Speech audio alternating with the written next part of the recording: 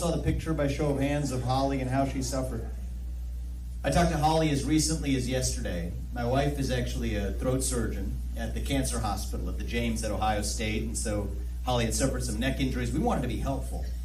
I had people criticizing me for having the gall to call one of the victims, and one of the things that shocked me was 3 days after the attack, Holly told me that not a single elected statewide or even local elected official had called her at that point in time. And it just, I think, shows a little bit of out-of-touch leadership that we have to get back in touch with who we're actually here to represent. Our history under the table. Then yes, I do believe that I'm right to ask for your vote, not because I need it, because I want it, but because we need leaders who are going to act with the spine, as Sarah said, not just with our words. That's all I can give you now.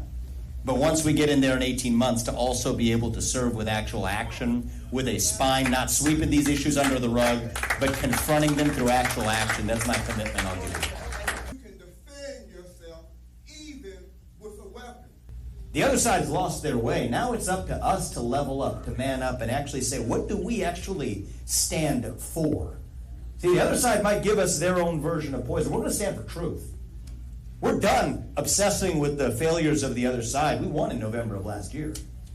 Now it's up to us and stay. What do we stand for? We stand for the fact that the nuclear family is the greatest form of governance known to the history of mankind. Loaded, stolen 9mm and $13,000.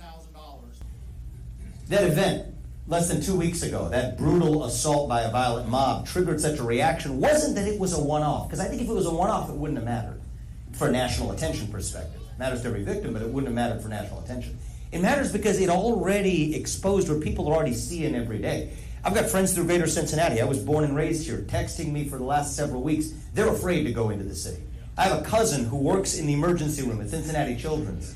Her shift is 5 p.m. to 1 a.m. When she leaves, she tells me she runs red lights through certain parts of the city because she can't take the risk of feeling like she can actually stop.